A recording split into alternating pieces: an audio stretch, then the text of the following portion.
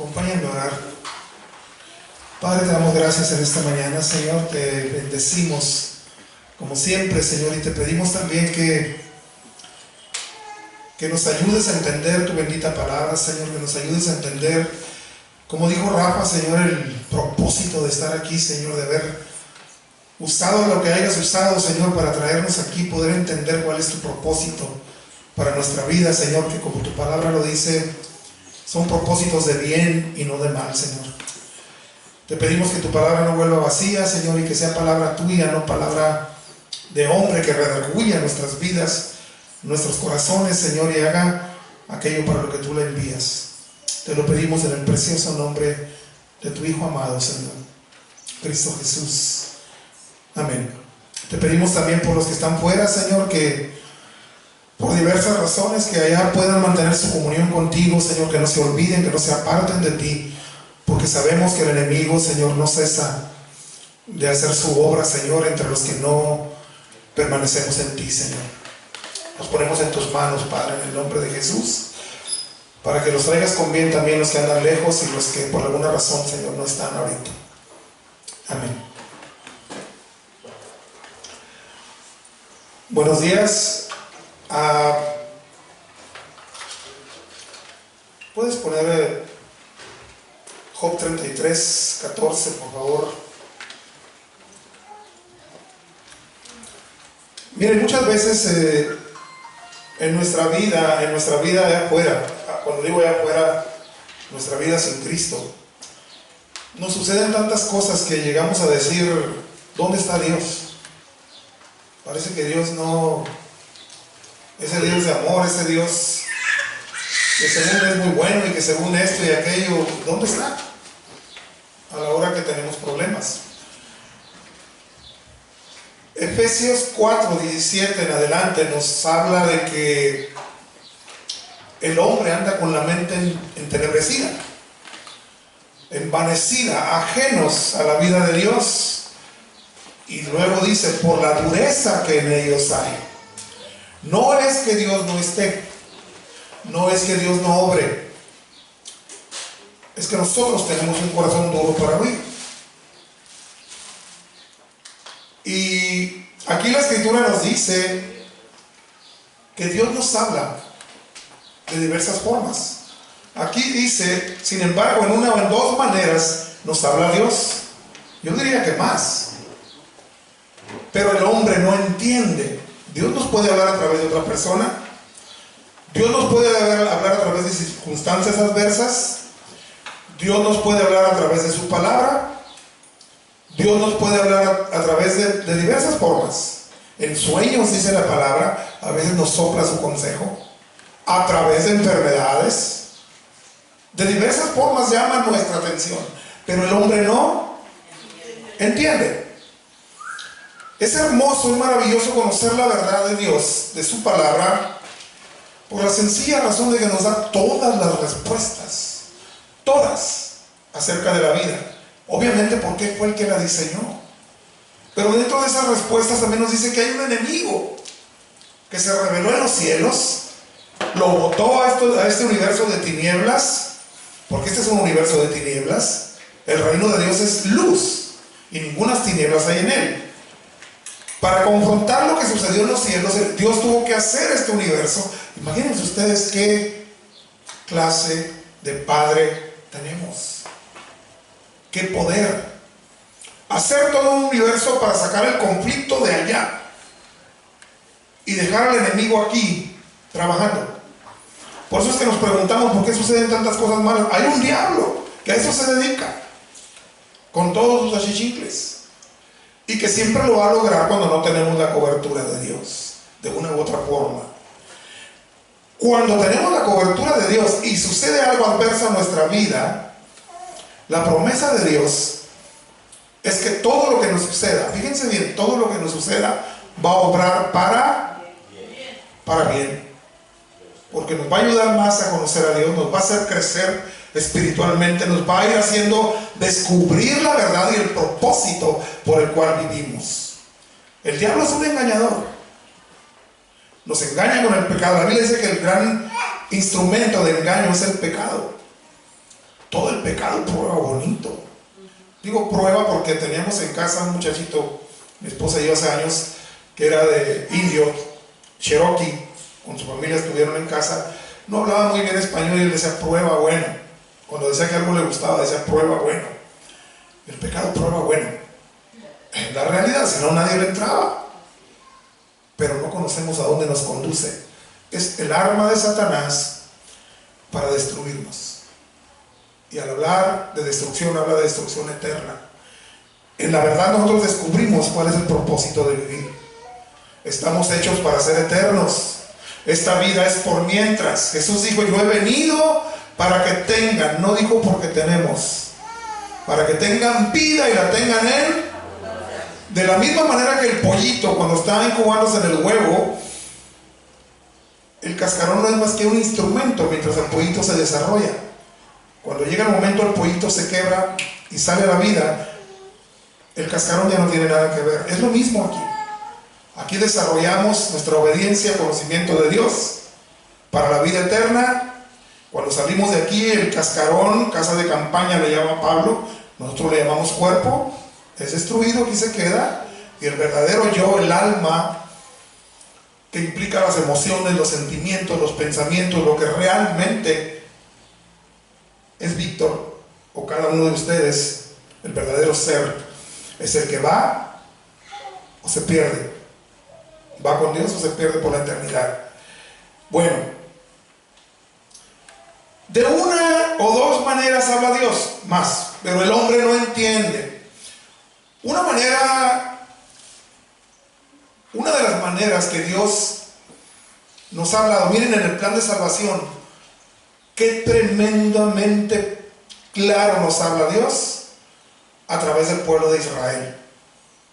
¿Cuántos saben que Dios llamó a un pueblo? Cuando después de que el hombre se apartó y todo el asunto, Satanás tenía control de esta tierra, la Biblia lo dice. Todos los pueblos del pasado, de la antigüedad, ustedes se dan cuenta, sus símbolos eran serpientes, sinónimo bíblico de Satanás.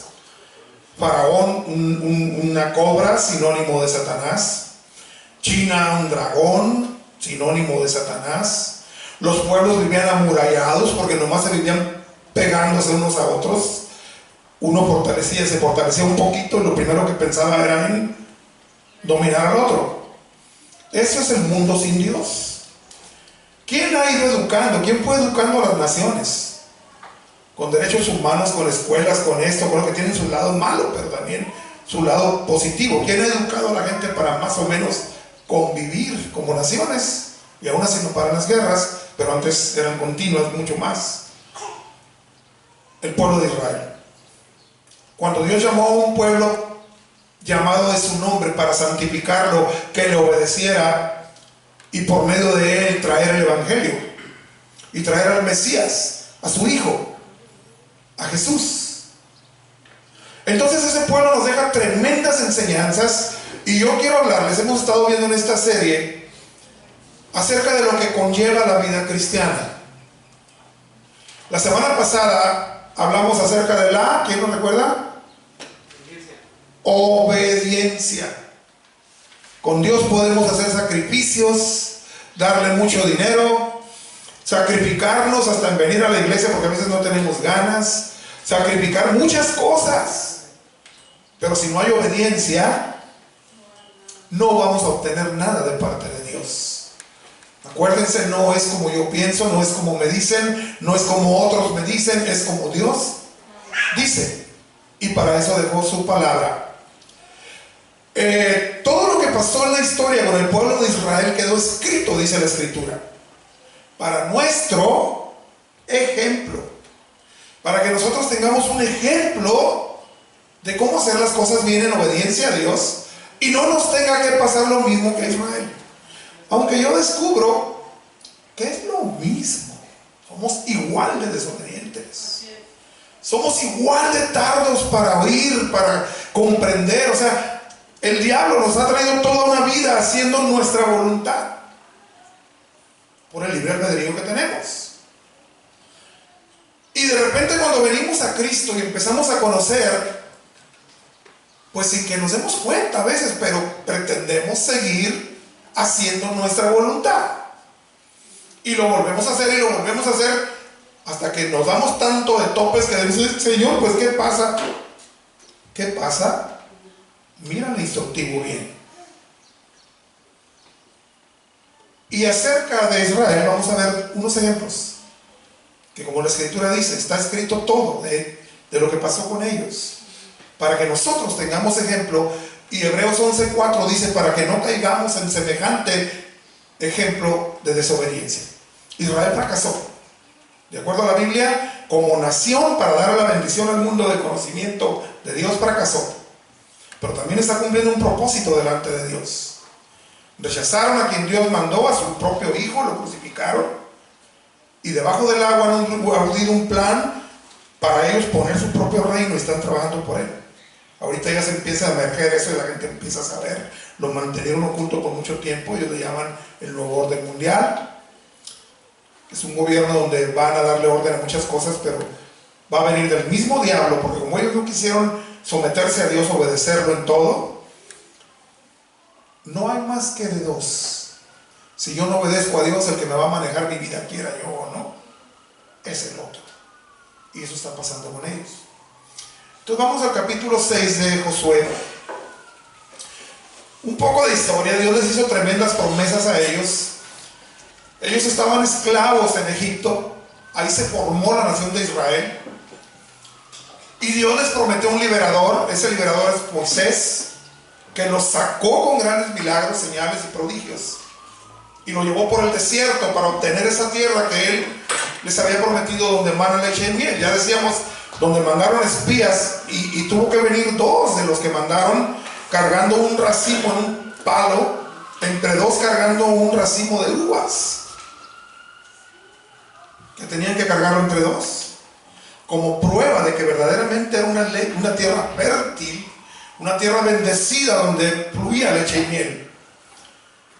Pero antes de entrar a esa tierra, en el desierto, Dios quiso prepararlos para la guerra. Ellos tenían garantizada la guerra. Ellos no iban a ver si podían o no, aún siendo un pueblo no preparado militarmente, aún siendo el enemigo sumamente más poderoso. Ellos tenían la victoria garantizada. ¿Quién me puede decir por qué? ¿Por qué? Porque Dios estaba con ellos. Porque Dios iba a pelear por ellos. Nada más por eso. El diablo es poderoso, muy poderoso, pero es un ratón delante de Dios. Y hay un versículo que dice, si Dios con nosotros, ¿quién contra nosotros? Lo que el pueblo de Israel necesitaba nada más era una sola cosa para obtener la victoria. Una obediencia. El pueblo de Israel fracasó, quedó muerto en el desierto. Todo ese pueblo que salió de Egipto, nada más entraron dos: Josué y Caleb, de esa generación. Los que entraron sí entraron, pero eran los hijos de los que salieron de allá. Porque Dios tenía que cumplir sus promesas y tenía que enseñarnos a los que nos tocó vivir los últimos días con ejemplos. Entonces, tenemos un gran ejemplo entre las victorias y las derrotas de Israel y las causas. Todo eso, dice la Escritura, es figura, o sea, comparación de lo que pasa ahora a nosotros en el mundo espiritual. Egipto para nosotros significa el mundo. El mundo es toda la vida fuera de Dios, fuera de la iglesia. Y de acuerdo a la Escritura, ¿quién lo maneja? El mundo entero, dice la palabra de Dios, el mundo entero está bajo la influencia del maligno. Es el diablo el que lo maneja. Entonces, Egipto es comparado con el mundo. Moisés, el liberador de Israel que lo sacó de Egipto, es una figura de Cristo. Cristo viene y es el liberador real, del cual Moisés nada más era una figura. Cristo nos saca de Egipto a los que queremos ser hijos de Dios y que conocemos la verdad. Y de acuerdo a la Biblia no hay mayor inteligencia que esta, porque esta inteligencia nos lleva a la verdadera vida. Esta es una vida de juguete. para ser probados si merecemos ir a la verdadera vida. Dios no quiere manzanas podridas allá, desde que hubo rebelión.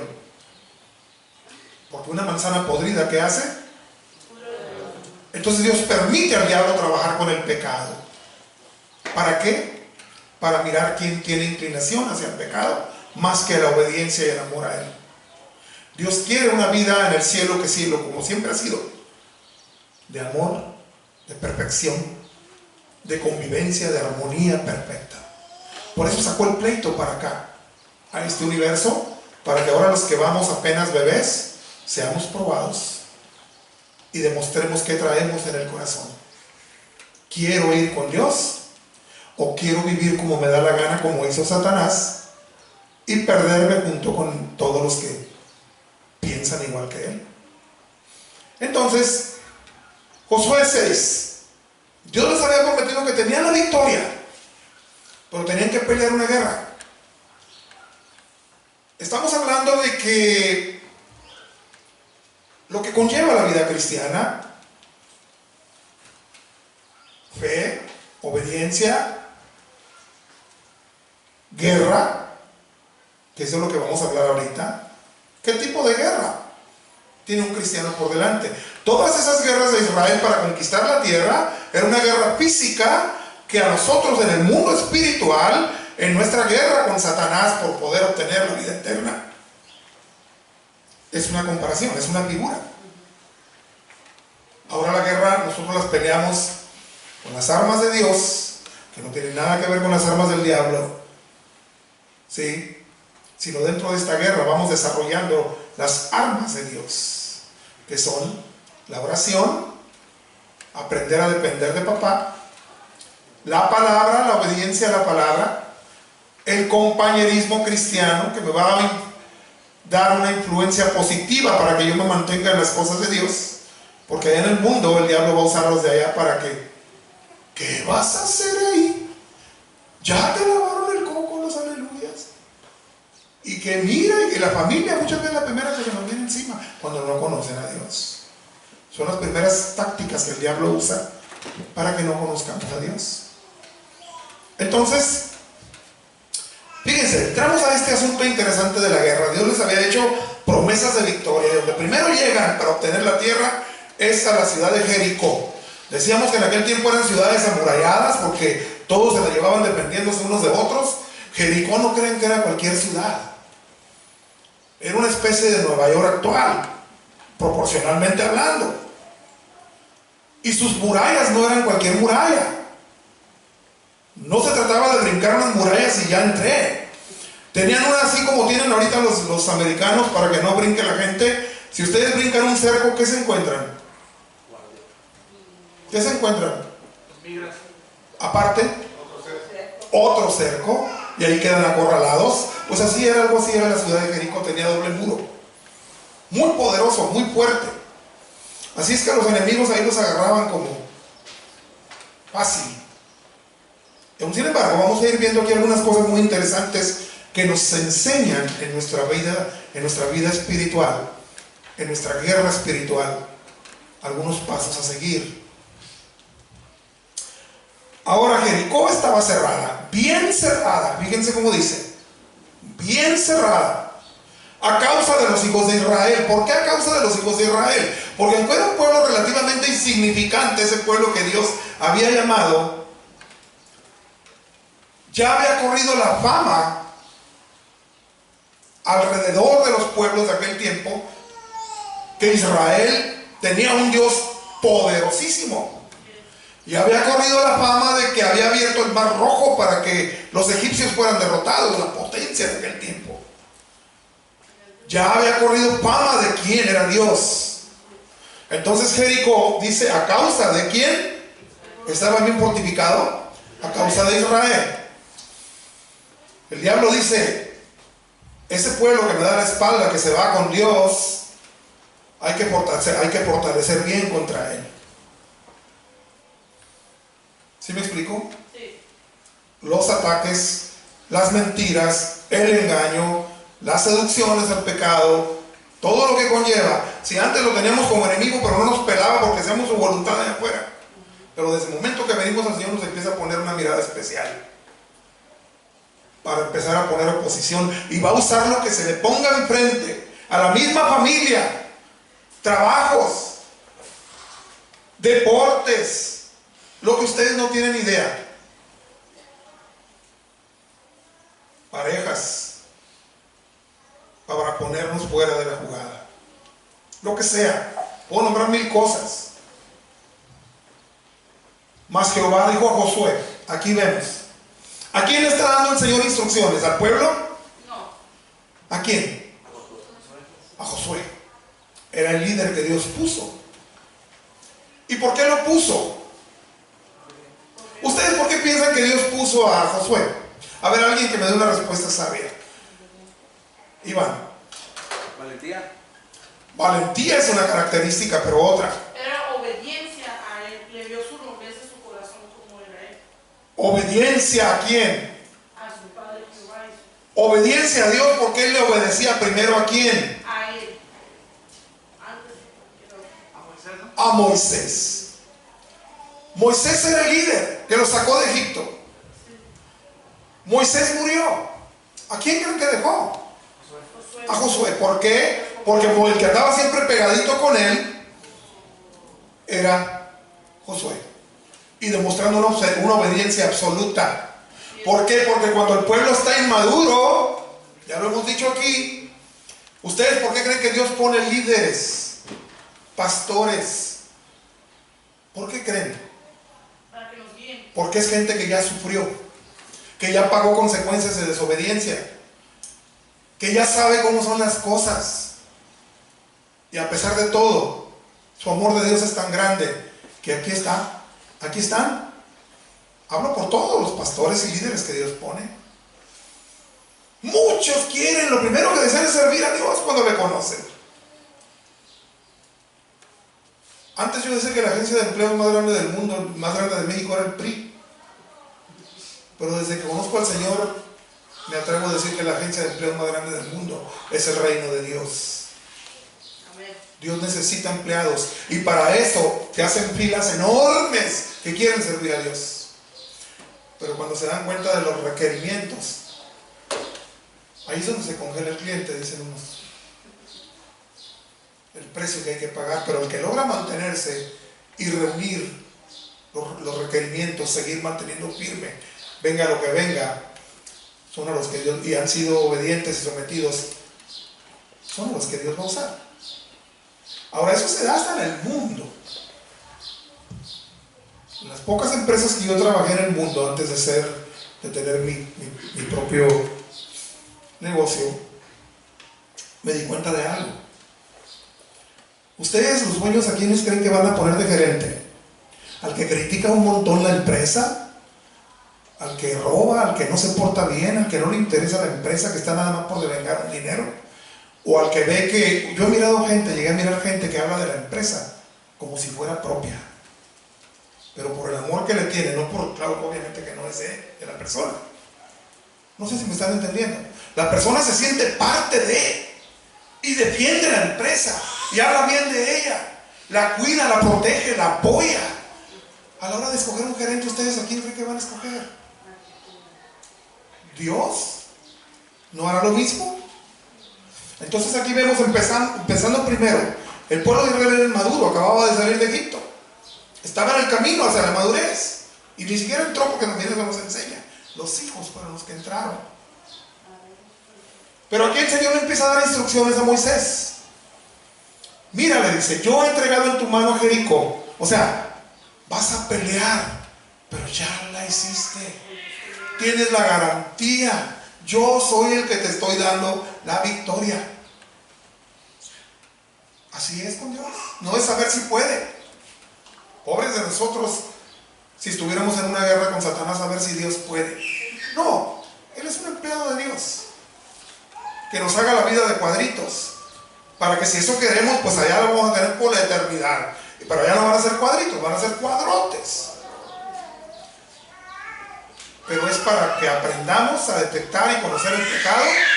Y si llego a entender que esa vida no es buena ni para mí ni para los demás, yo me voy a someter al Padre. obteniendo no lo europeo que nos ofrece aquí en la tierra el diablo para destruirnos. ¿Qué gana el hombre con ganar el mundo entero si su alma se pierde?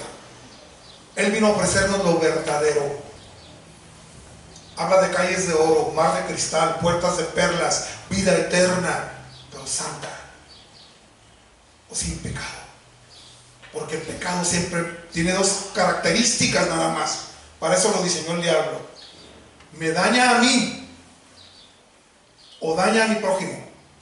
Todo pecado siempre tiene esas características. Me va a dañar a mí o me va a dañar a mi prójimo. Hasta los que se alcoholizan y se drogan dicen, es mi vida, y yo. Sí, pero tienes madre, tienes hermanos, tienes esposa, tal vez tienes gente que te ama y que le va a doler verte así. Te los estás llevando aunque digas que no. Entonces el pecado siempre me va a dañar a mí o a mi prójimo. Por eso es que aquí es un filtro. Esta vida es un filtro nada más, para ver quién merece ir y quién no. Entonces el Señor le empieza a dar instrucciones a Josué y le dice, mira, yo he entregado en tu mano a Jericó y a su rey. O sea, no vas a batallar, ya tienes la victoria. Con sus varones de guerra, Jericó, ya dijimos, no era cualquier ciudad. Van a rodear pues la ciudad, todos los hombres de guerra, yendo alrededor de la ciudad una vez, y esto haréis durante 6 días. Les empieza a dar instrucciones al líder. Dios le empieza a dar instrucciones al líder. Y 7 sacerdotes llevarán 7 bocinas de cuernos de carnero delante del arca, y del 7º día daréis 7 vueltas a la ciudad, y los sacerdotes tocarán las bocinas, y cuando toquen prolongadamente el cuerno de carnero, así que oigáis el sonido de la bocina, todo el pueblo gritará a gran voz, y el muro de la ciudad caerá. Entonces subirá el pueblo, cada uno derecho hacia adelante. O sea, una serie de instrucciones que Dios empezó a dar al líder de lo que tenían que hacer para obtener la victoria. Más adelante.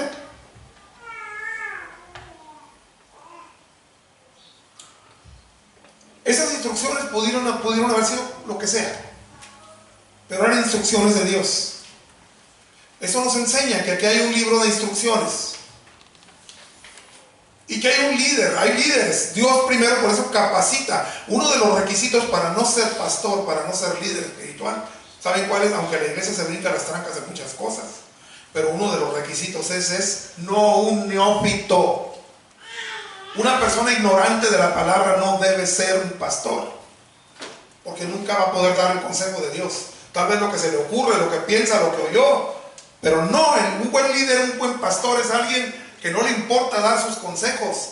Va a dar los consejos de Dios aunque lo crucifiquen, como le fue al Señor también. ¿Me están entendiendo? Entonces el Señor le transmite al líder, y aquí vemos al líder transmitiendo al pueblo. Llamando pues Josué, hijo de Nun, a los sacerdotes, les dijo, la palabra de Dios dice que los que estamos en Cristo somos un pueblo de reyes, porque vamos a reinar con Él en los cielos. Somos coherederos del universo entero junto con Él. Somos un pueblo de reyes y de sacerdotes. ¿Saben qué es un sacerdote? Sacerdote no es traer una sotana. Eso no hace un sacerdote. Sacerdote es un mediador entre Dios y los hombres. Cuando yo conozco a Dios y le hablo a otra persona que lo busque, y oro por esa persona, y hago que empiecen a entablar una relación, la persona poco a poco por sí misma, estoy haciendo obra de sacerdocio. Y a eso está llamado el pueblo de Dios. Llamando pues Josué, hijo de Nun, a los sacerdotes, que en nuestro tiempo sería al pueblo, les dijo, llevad el arca del pacto, y 7 sacerdotes llevando bocinas les empieza a dar instrucciones. El 7, y dijo, pasad, rodead la ciudad. 7, ¿qué es lo que les está transmitiendo? ¿Las instrucciones de quién? ¿Quién se las dio primero? Acabamos de leerlo. ¿Quién? Dios. En un sentido también Moisés, obviamente transmitía, pero ahorita aquí estamos viendo que Dios mismo le estaba dando instrucciones a Josué. El 8. Y así que Josué hubo hablado al pueblo, los 7 sacerdotes, llevando las 7 bocinas, cuernos de carnero, pasaron delante del arca de Jehová, tocaron las bocinas, y el arca del pacto de Jehová los seguía, y los hombres armados iban delante de los sacerdotes que tocaban las bocinas, o sea, siguiendo instrucciones, obedeciendo. Y la retaguardia iba tras el arca, todo como el Señor les había dicho por medio de Josué. Y Josué mandó al pueblo diciendo: vosotros no gritaréis, ni se oirá vuestra voz, ni saldrá palabra de vuestra boca. Ya ven que en la guerra, cuerpo a cuerpo, aquellos pueblos de antaño, en las películas lo vemos, ¡ah! Gritaban así como que, ¿sí? El Señor dijo: no van a gritar, no van a hacer esto, no van a aquello. O sea, más instrucciones de parte de Josué. Ya vemos que él recibió instrucciones de parte de Dios. Entonces le siguió dando instrucciones. Así que él hizo que el arca de Jehová diera una vuelta alrededor de la ciudad. Volvieron luego al campamento y ahí pasaron la noche. Y Josué se levantó por la mañana y los sacerdotes tomaron el arca de Jehová. Y los 7 sacerdotes, llevando las 7 bocinas de cuerno de carnero, fueron delante del arca de Jehová, andando siempre y tocando las bocinas. Y los hombres armados iban delante de ellos. Y la retaguardia, todo como el Señor les dijo. Así dieron otra vez vuelta a la ciudad el segundo día y volvieron al campamento. Y de esta manera hicieron durante 6 días. Vamos al capítulo 7. Todavía Dios tiene misericordia de Israel, porque todavía no termina el tiempo de los gentiles. ¿Cuántos saben la historia ahora que en 1948 Israel volvió a su tierra, a Palestina? Los árabes se les echaron encima, quisieron destruirlos. Se unió Egipto, se unió Siria y se unió Jordania a hacerle la guerra por 3 frentes. Por el otro tienen nada más el mar Mediterráneo. En 6 días, un pequeño ratoncito, como si ustedes ven el mapa de Israel, que es como Baja California, más o menos, si no es que más chico, le pegó a las 3 naciones que querían destruir. En solo un rato destruyó toda la fuerza aérea de Egipto, más de 200 aviones. Decidieron, como ya sabían que iban a ser atacados, tomaron la decisión de atacar, se fueron volando casi a ras de mar, que no los detectara el radar, agarraron a todos los pilotos comiendo, primero hicieron un trabajo de investigación, les borraron su fuerza aérea, para después ir a usar su fuerza aérea contra la infantería y todo lo demás. Pero eso es una de las hazañas militares más grandes de la historia. Esas hazañas las vemos una y otra vez en favor de Israel, por ser pueblo de Dios, que el diablo siempre lo ha querido destruir. Contra el pueblo de Dios no se puede, cuando el pueblo obedece. No importa que haya todo un mundo y todo un diablo detrás tratando de destruirnos. Si hay obediencia a Dios, el diablo nunca va a poder. ¿Por qué? Porque Dios diseñó las cosas así. Y eso nos va enderezando. Nos va haciendo entender quién es nuestro Dios y qué es lo que pretende para mí, para mi vida. Si yo lo entiendo, me alineo con Él porque es lo que mejor me conviene. Si no, pagaré las consecuencias. No hay esperanza para mi vida. Tarde que temprano. Y no me refiero a cómo el diablo nos puede arrastrar en esta tierra. Eso es un hotel 5 estrellas. Estoy hablando de la perdición eterna, de la que ya Dios nos hace conscientes, que no es un a ver si. Esa es la realidad de la vida. Este libro se le apoda el manual del fabricante. Cuando ustedes quieren saber cómo funciona un aparato, siempre viene con un manual del fabricante. Pues nuestra vida, cuando queremos saber qué está pasando, aquí hay un manual del fabricante. Entonces, después vemos cómo hicieron todo lo que Dios les dijo. Y en el capítulo 5, o sea, Dios les dio una tremenda victoria ante una potencia, relativamente hablando, como era Jericó. Pero los hijos de Israel cometieron una prevaricación en cuanto al anatema. Josué les había advertido sobre el anatema. El anatema es maldición, ¿sí? Y las cosas acá para la iglesia representan el pecado. que es maldecido por Dios. Las cosas que Dios no aprueba, ni le agradan, se llama anatema. Siempre dentro de las iglesias va a haber, y a veces llegan a ser hasta mayoría. Aquí no. Por eso lo digo con confianza. Acuérdense que yo digo muchas cosas aquí con confianza porque aquí no hay. Pero en algunos lugares sí. Son mayoría los que oyen y siempre queriéndose salir con la suya y desobedeciendo. Y ahora que vienen las consecuencias y los problemas y oramos y le preguntamos a Dios, ¿por qué? ¿Por qué? Ahora sí. Luego después ya que Dios viene y sana, ¡pum!, otra vez al anatema. Yo sé que aquí no. Pero los hijos, algunos de Israel, cometieron una prevaricación en cuanto al anatema. Porque acá en el hijo de carne, hasta por nombre nos conoce el Señor. No solamente eso. Dice que hasta los cabellos de nuestra cabeza están contados. ¿Qué clase de Dios tenemos? Así lo dice la Escritura. No nos conocerá también si sabe hasta cuántos cabellos tenemos cada uno.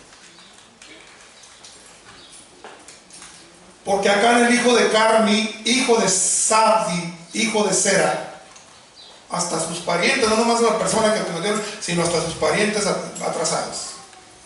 Hijo de Sera de la tribu de Judá, tomó del anatema, y la ira de Jehová se encendió contra los hijos de Israel.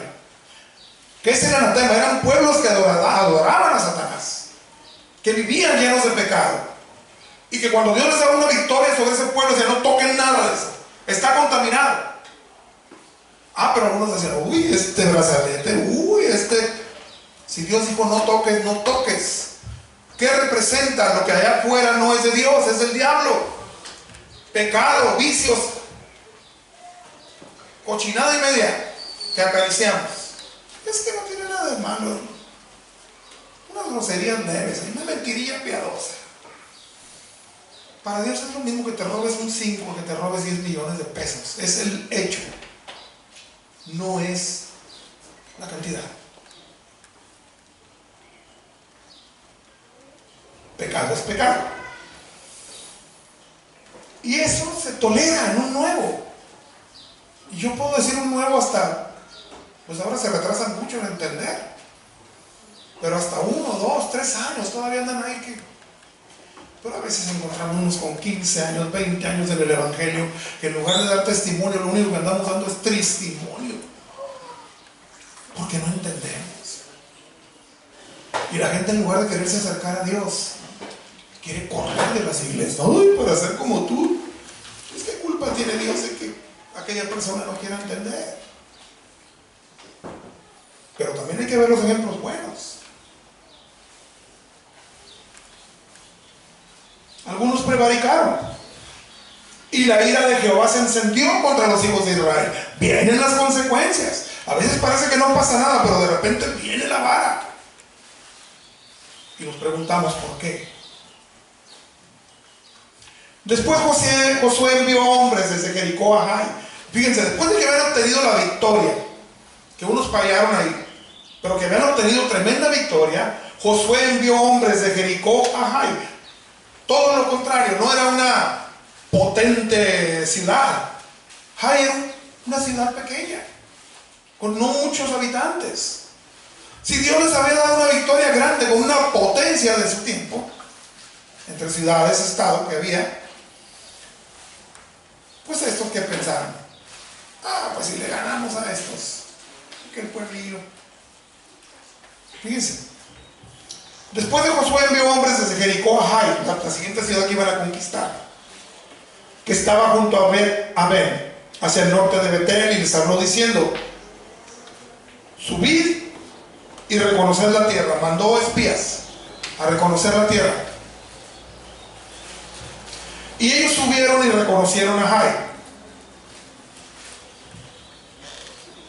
Y volviendo a Josué, a los que Josué había mandado, volviendo, le dijeron, no suban todo el pueblo, no se ocupa, sino como suban como 2,000 o 3,000 nomás, manda 2,000, 3,000 nomás, le dijeron a Josué. ¿Por qué? Manda 2,000, 3,000 hombres y si tomarán Jai. No fatigues a todo el pueblo yendo allí porque son pocos. Son pocos. Y subieron allá del pueblo como 3,000 hombres. Josué se confió, los cuales huyeron delante de los de Jai.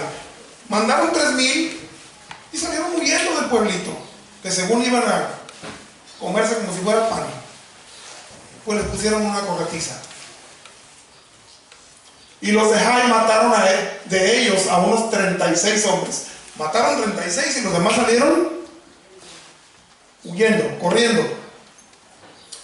Y los siguieron, o sea, Jai siguió a los israelitas. Los siguieron desde la puerta hasta Sebarim y los derrotaron en la bajada. Por lo cual el corazón del pueblo desfalleció y vino a ser como agua.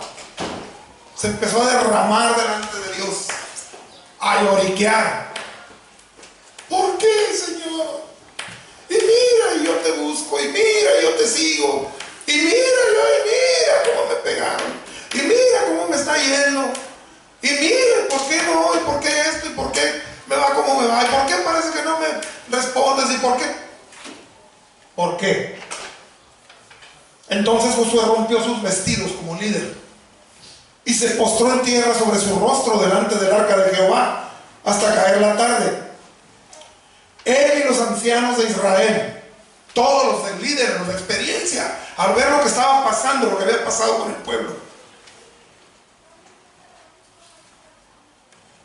y echaron polvo sobre sus cabezas. Y Josué dijo, orando, le dijo al Señor: ah, Jehová, Señor Dios, ¿por qué hiciste pasar a este pueblo al Jordán? Para entregarnos en las manos de los amorreos, para que nos destruyan. Ojalá nos hubiéramos quedado al otro lado del Jordán. Van a llegar tiempos en la vida cristiana en que yo voy a sentir como si Dios fuera mi enemigo. Y no es que Dios sea mi enemigo, es que así va a parecer cuando yo no le obedezco. Y le vamos a orar y le vamos a decir: pues, ¿qué está pasando, Señor? Tú eres Dios, tú eres bueno. Mira, me estás haciendo manita.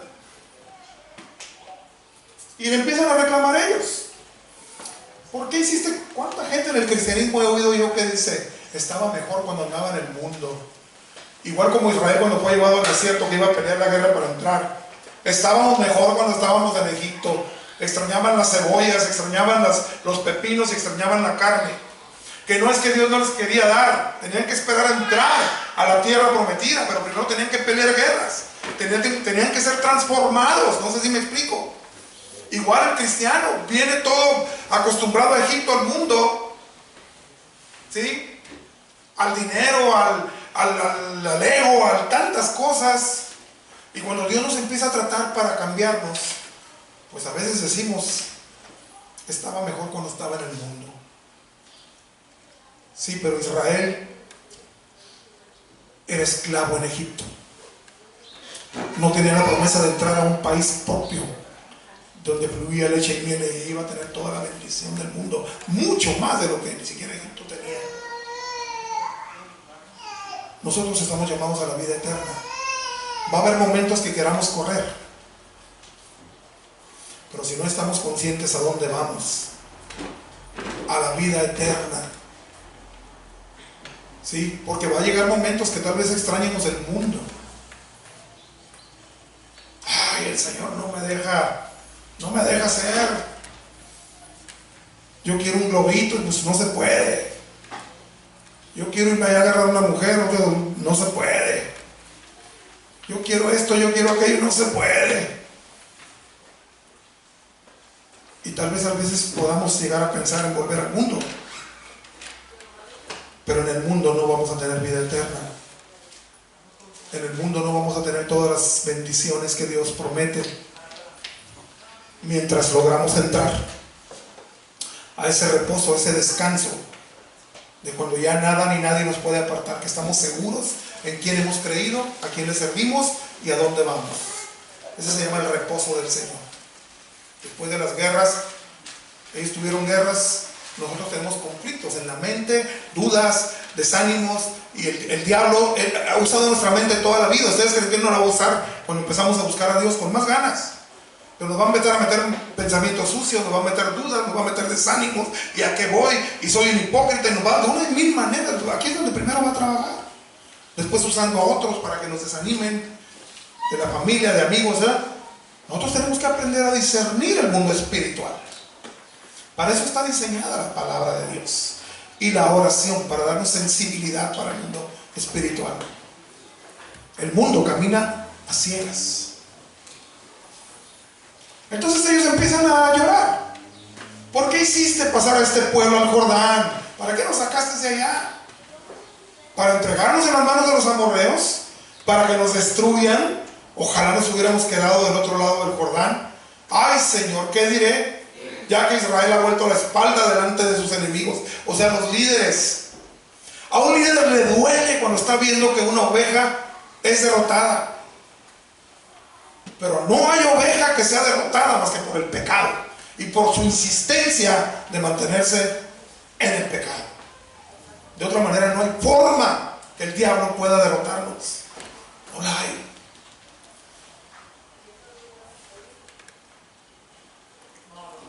Porque los cananeos y todos los moradores de la tierra virán y nos rodearán y borrarán nuestro nombre de sobre la tierra. O sea, tú levantaste un pueblo para ti, Israel, donde te manifiestas. Pero con estas derrotas nos van a borrar del mapa. Es lo que estaban orando los líderes. ¿Ustedes creen que Dios nos llamó a ser derrotados? No. ¿Pero por qué podemos ser derrotados? Por dos razones. Una, tenemos libre albedrío. Y si no escogemos obedecer, vamos a ser derrotados. Y ahora vamos a andar igual en el mundo o peor de como andábamos. Y nadie nos va a poder ayudar. La única respuesta genuina se llama Jesucristo, Dios. Que vamos, nos enseña la verdad de una manera tan hermosa que aprendemos hasta no despreciar porque se ocupa en la vida, pero aprendemos a depender de Él y le damos el valor a lo que verdaderamente vale. Ya dije, el diablo nos trae engañados hasta con espejismos, haciéndonos creer que lo de aquí es lo que vale. Lo de aquí nomás nos sirve para presumirle a los demás. Cuando nos va mejor, mucho mejor que a los demás, a veces nos sirve para sentirnos que somos superiores, humillar a los demás, hablarles duro, hablarles difícil. O sea, Dios no está peleado con las bendiciones, lo que más desea es dárnoslas. Pero dice, así como prospera tu alma, si el corazón no está trabajado por Dios, aún el dinero es peligroso. ¿Me están entendiendo?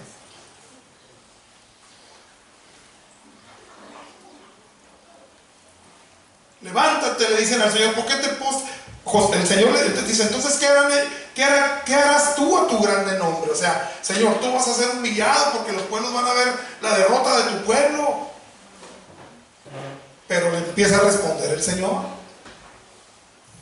Fíjense lo que le dice el Señor a Josué. Y Jehová dijo a Josué, levántate, le dice, levántate. ¿Por qué te postras así sobre tu rostro? ¿Por qué estás lloriqueando, en otras palabras? Israel ha pecado.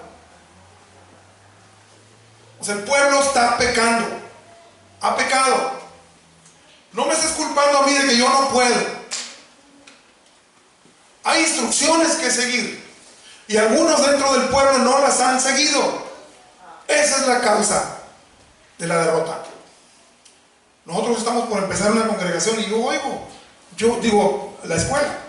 Y yo oigo a algunos, no, que ya, y que vamos a servir y que vamos. Y creen que yo soy un pastor que yo no quiero. Si el que más lo desea es Dios y después de él Dios, yo. Pero yo veo el pueblo.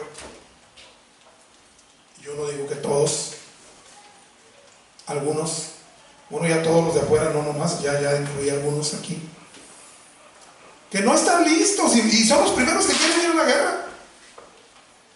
Y es como decirle al diablo, ahí te van, para que al rato anden todos allá llorando y apartados y no supieron cómo pelear las batallas. Lo que está haciendo la iglesia mundial ahora, agarran uno que llega y lo avientan disque a servir, a llevar cobijas, zapatos, y ¿tú creen que la gente no necesita eso? La gente necesita el evangelio para que transforme su vida y tenga victoria. Y también ayuda al que lo ocupa, ¿por qué no? Pero eso es secundario. Lo primero es lo primero. Ir por todo el mundo y predicar el evangelio de salvación. Y para eso hay que prepararse para la guerra. Hay que saber a quién estamos sirviendo y de qué se trata. Muchas veces nos comprometemos a hacer algo para Dios, los primeros que no venimos o vayamos somos nosotros. Entonces, yo sé que aquí no. El Señor le empieza a contestar, dice, ¿por qué te postras así sobre su rostro? Le dice, Israel ha pecado y aún han quebrantado mi pacto que yo les mandé. También han tomado ¿de qué? Del anatema. Y hasta han hurtado. No solamente agarraron cosas maldecidas por mí, pecados, sino que a la mala. Han robado. Han mentido. Si ustedes supieran cómo Dios aborrece la mentira. Y les digo, una mentirita blanca es lo mismo que una mentirota de Pinocho, de las buenas. Dios aborrece la mentira. Yo era un mentiroso. Cuando yo vine a Cristo era mal hablado, mentiroso. Todo lo que un mundano sano, que un mundano de veras puede ser. Yo lo era. Pero yo he mirado cómo el Señor me fue transformando. Yo recuerdo cuando yo le dije, Señor, como dice el salmista, pon un guardia en mi boca para que de mí no salgan groserías. Y empecé a notar algo. A veces estaba hablando con alguien, no, es que aquel se quedaba la palabra atorada. Y no, es que hijo, se quedaba la palabra atorada hasta que fue haciéndose costumbre. Una de las primeras cosas que Dios empieza a limpiar en sus hijos es el vocabulario, cuando estamos conectándonos bien. Porque las groserías, por si no nos saben, son vocabulario de demonios. Les digo, está permitido aún para los bebés, a los chiquitos. Un chiquito se le sale a alguien una cosa que oye. Cuando no conocemos bien a Dios es normal. Pero no para alguien que se dice hijo de Dios, ya tiene años en el Evangelio. Entonces no ha conocido bien a Dios.